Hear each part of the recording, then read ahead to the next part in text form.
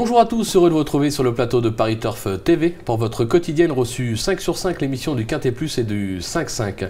Pour m'accompagner aujourd'hui, Aurélien Attard. Bonjour Aurélien. Bonjour Philippe, bonjour à tous. Aurélien, direction Cannes-sur-Mer, du galop.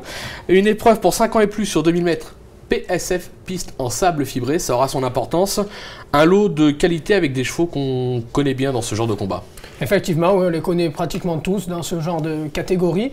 Beaucoup ont déjà gagné à ce niveau de la compétition. Donc c'est un événement assez limpide. Assez limpide. Bah écoutez, on va voir si vous avez fait un pronostic assez limpide. On vous écoute Aurélien. Alors le 3 Special Request, le 6 Bilge Kagan, le numéro 11 Monty Cherry, le 9 Al Malik, le 1 New Outlook, le 10 Nashila, le 8 Uraeus Monterg et enfin le 2 Babel West. Ok, concernant votre favori numéro 3 Special Request, cheval qui a gagné sur ce parcours, c'était dans le prix du Vieux-Port en 2014, à peu près à la même date, on en parlait juste avant l'émission. Le cheval est en forme, on va dire que c'est pratiquement la base incontournable de l'épreuve. Effectivement, oui, c'est le véritable spécialiste des pistes en sable fibré, il compte 8 succès sur cette surface.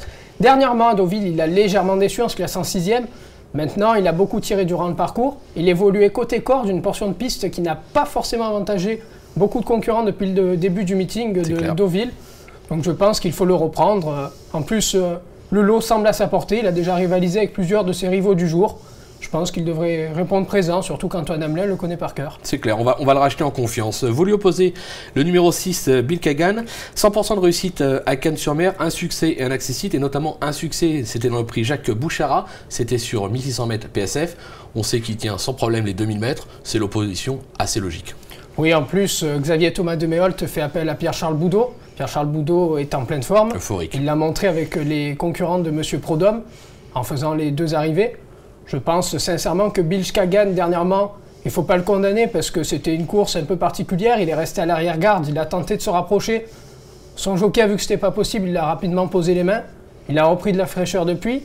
Il avait d'ailleurs devancé Uraeus Monterg, que j'ai retenu dans mon pronostic un peu plus bas dans la sélection, au Lion d'Angers. Il a très bien couru ce jour-là. Je pense sincèrement qu'il a une première chance dans cette épreuve. Surtout que le sable, il aime ça, dans les événements 8 sur 12.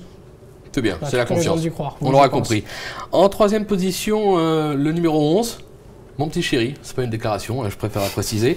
80% de réussite sur la PSF en 2014, 2 victoires, 2 accessites et donc un échec. Le cheval est au top, il a repris un petit peu de fraîcheur.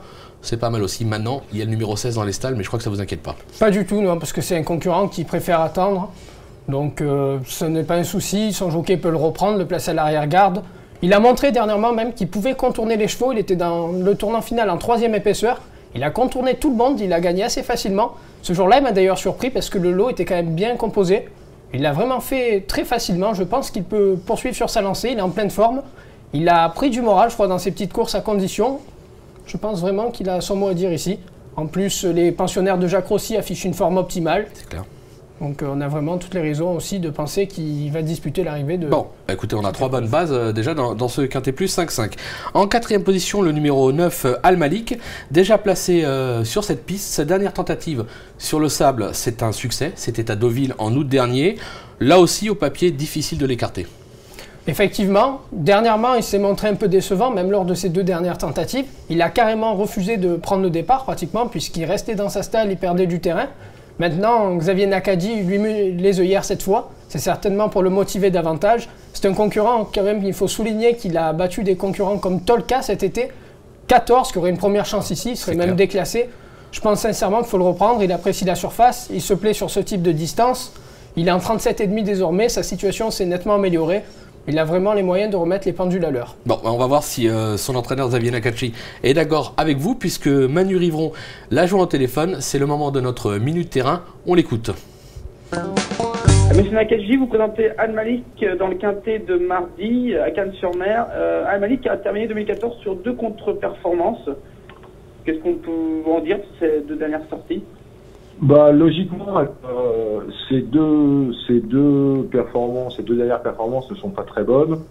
On peut penser à l'hypothèse du petit coup de pompe parce qu'il avait quand même pas mal couru toute l'année, avait commencé sa saison d'ailleurs à Cannes-sur-Mer. Il avait couru tout à fait régulièrement, en gagnant à Deauville au mois d'août, en faisant l'arrivée de bons quintés en région parisienne aussi. On peut peut-être penser au petit coup de fatigue en fin de saison qui est si souvent de mise avec les chevaux qui ont couru tout au long de l'année. Mais moi, personnellement, j'ai une autre lecture de ces deux mauvaises performances. C'est un cheval qui s'élance assez mal au de départ et que nous avons toujours laissé faire et pour ne pas le brusquer et nous le laissions comme ça à l'arrière-garde avant de bien finir. Et moi, ma lecture, c'est qu'à force de courir comme ça, il a pris la vie du bon côté et les courses ne le motivent pas énormément parce qu'il est tout le temps à l'arrière-garde, on le dérange pas beaucoup.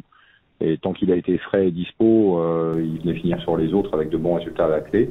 Mais en fin d'année, peut-être qu'avec 3 gouttes de fatigue, il s'est un petit peu laissé vivre. Et c'est la raison pour laquelle mardi, il va porter des œillères pour la première fois. Voilà. Bon, Xavier Nakachi qui nous rassure un petit peu. Le cheval a connu un petit coup de pompe. Maintenant, ça va aller mieux. Le port des œillères va l'avantager. Donc, on va s'en méfier. Ça peut être un cheval intéressant dans cette épreuve. En 5e position, vous avez placé le numéro 1, New Outlook. Alors, un cheval qui possède d'incontestables titres à ce niveau. C'est même probablement le plus titré. Il apprécie cette surface. 61 kg, maintenant c'est un cheval de qualité entre guillemets, donc c'est pas trop un problème. Oui, je pense qu'il mérite son poids, tout simplement. Il a déjà montré sa compétitivité à ce niveau à X reprises. Yoritz Mendizabal en plus s'en sert parfaitement. C'est pas un cheval forcément pratique, on l'avait vu notamment dans une course d'apprenti avec Benjamin Pinard qui avait eu des difficultés avec lui. Là, il retrouve Yoritz Mendizabal qui le connaît parfaitement. Dernièrement à Toulouse, il a fait une bonne fin de course parce qu'il était longtemps à l'arrière dans une allure peu rythmée. Il est venu presque chercher le gagnant. C'est quand même pas mal cette performance. Le sable, il adore ça. La distance aussi. Puis bon, ne cachons pas qu'il dépend de l'entraînement de Fabrice Chappé. À Cannes, Fabrice Chappé, c'est souvent un entraîneur à suivre. Donc je pense que New Outlook, ici, malgré le poids, il a les moyens de s'illustrer. Bon, on l'aura compris, il vous a donné le quintet plus 5-5 en 5. Hein, on va pas chercher plus loin. On en a rajouté 3, mais bon, c'est pour la forme. On va s'arrêter là. Merci Aurélien pour toutes ces informations. Merci. Demain, je vous donne rendez-vous sur ce même plateau. Ce ne sera pas moi, ce sera Alexandre de Kopman avec Thomas Arnaud pour un quintet plus. Toujours à Cannes-sur-Mer, mais cette fois-ci au trot. Merci à vous de nous avoir suivis. Bon jeu et à très vite. Au revoir.